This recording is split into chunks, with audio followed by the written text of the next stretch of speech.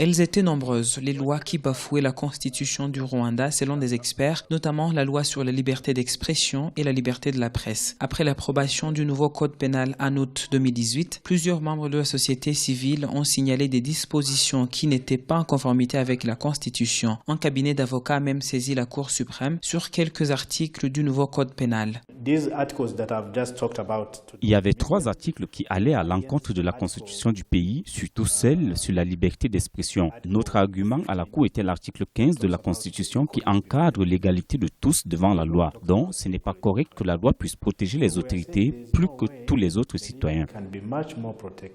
Le verdict de la Cour suprême a invalidé les articles 154 et 233 portant atteinte à la liberté d'expression et de la presse. Cependant, la Cour a affirmé que les insultes ou la diffamation à l'encontre du président de la République constituaient un crime, une décision qui a donné suite au débat. Dans un communiqué, le président Paul Kagame a lui-même cité qu'il n'était pas d'accord avec la décision.